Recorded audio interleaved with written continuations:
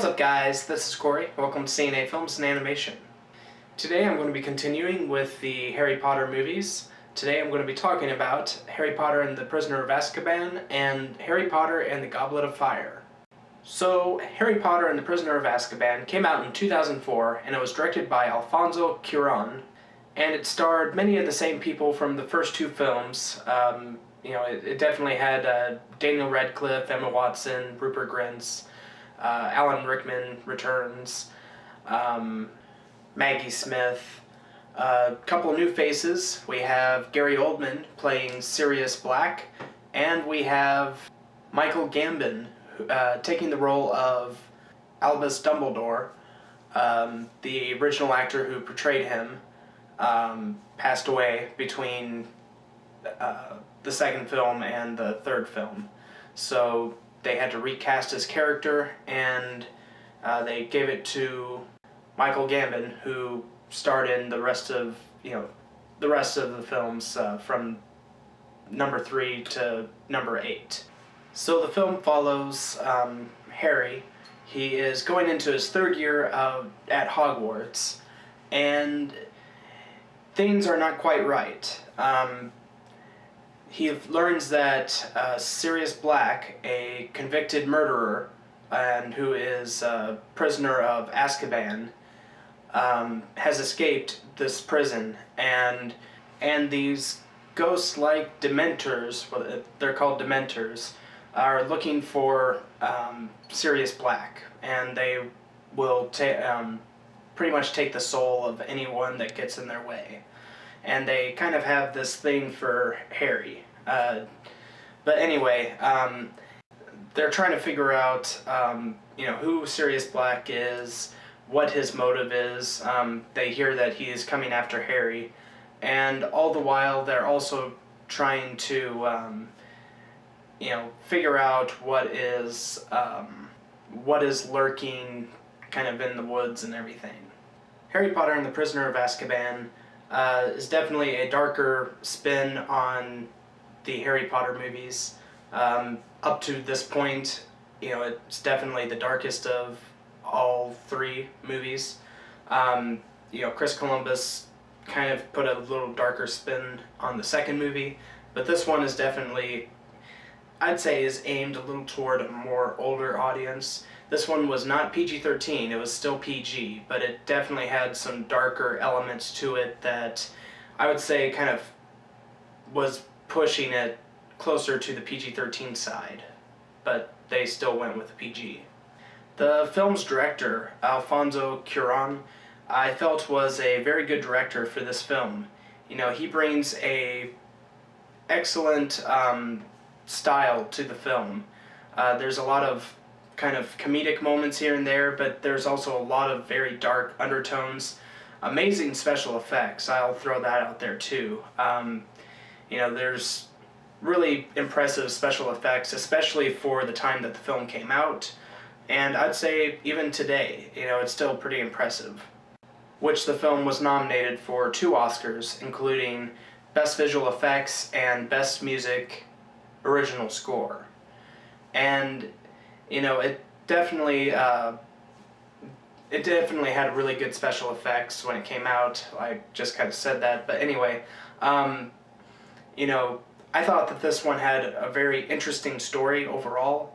There's a interesting twist that goes on towards the end of the movie that almost makes it act like it's a puzzle in a way. As an audience member, you're kind of piecing everything together just as they are, and it really makes a fun kind of adventure. Honestly, I do think that this is a much stronger film than the first two. It's definitely, I think, a little more enjoyable. It's aimed a little toward the older kids, I'd say, and it's just, very well directed, very well acted. Gary Oldman's a nice addition to the series. He does a really good job as Sirius Black. Everyone does a really good job in their performances, and it's just a all-around enjoyable film. I'd give Harry Potter and the Prisoner of Azkaban a 9.5 out of 10. I really enjoy this one. I think it is one of the better Harry Potter movies out there, and so yeah, Let's move on to the second film of tonight's review, Harry Potter and the Goblet of Fire. So Harry Potter and the Goblet of Fire came out in 2005, and it was directed by Mike Newell, whose other works included Four Weddings and a Funeral, Mona Lisa's Smile, and Donnie Brasco. And, this one, there's a few new faces here and there, but this one is more of, kind of, I won't say filler, but it's, let me get into the plot. The plot is that three schools come together to make this Triwizard Tournament. And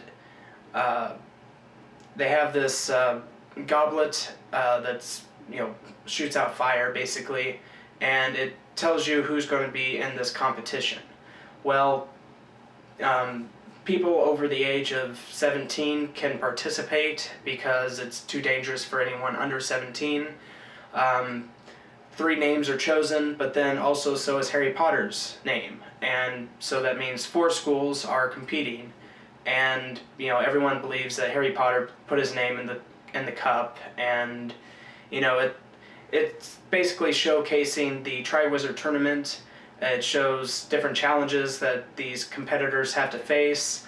There's some love interests that spark in this film, especially with Hermione.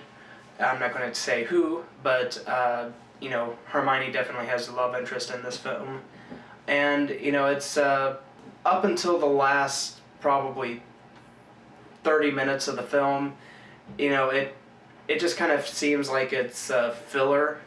I mean, yeah, it has the tournament and everything, but the real stuff that really pertains to anything in the entire series happens within the last 30 minutes of the movie.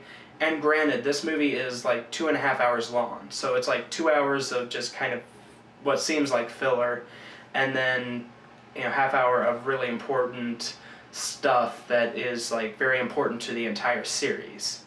So I have mixed feelings with this movie. This film was the first film of the Harry Potter movies to be rated PG-13, and it does warrant it. There are some creepy images in this. There's also some, I think, like mild language in this one, and it's enjoyable, don't get me wrong. I did have fun watching it, but I did feel that the directing style, especially near the beginning, was very rushed.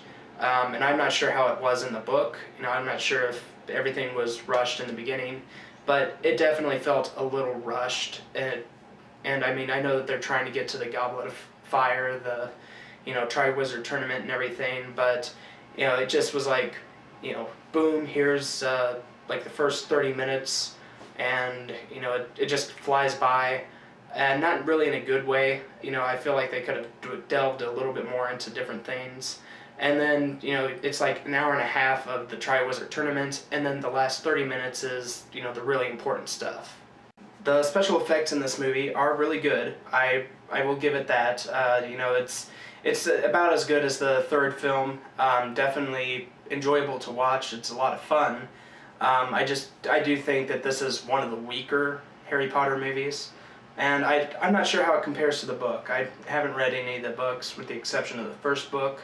I read the first book for school, and I enjoyed it when I read it, but I had no interest in reading the other books. So sorry, Harry Potter fans. I just didn't get into them.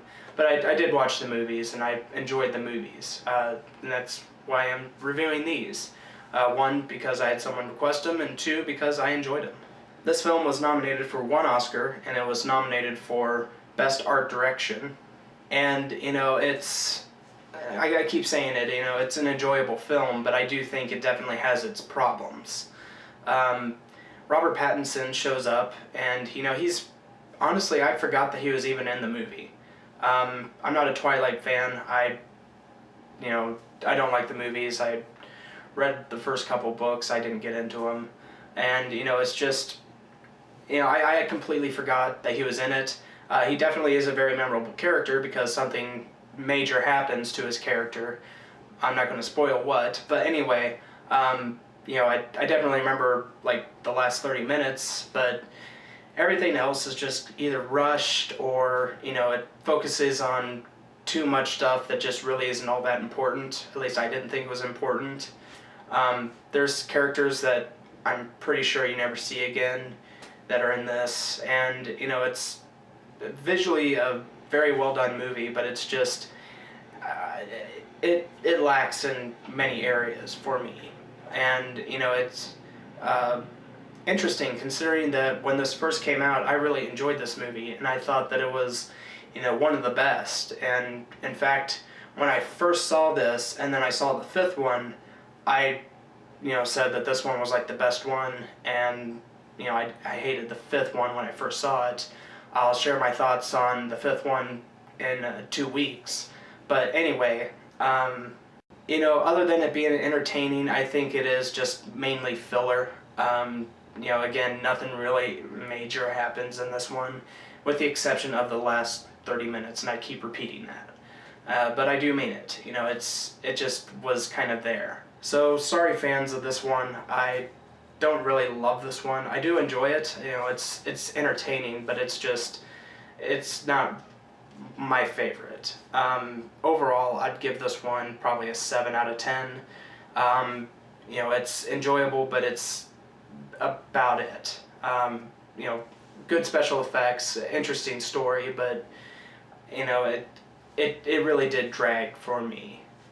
So tell me, guys, have you seen Prisoner of Azkaban or even Goblet of Fire? If you have, what did you think of them? Did you like them? Did you dislike them? What was your favorite moments from each film? What was your favorite characters? Did these new actors who appear, did you like them? Did you, dislike them any?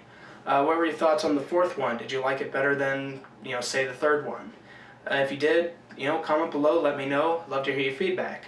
Have you read the books? If you have, how do they compare to the movies? Comment below, let me know, and love to hear your feedback. If you guys like this video, be sure to like, favorite, subscribe. Be sure to check out our other videos. Be sure to like us on Facebook and follow us on Twitter. And as always, I am Corey, and I will see you guys in the next one.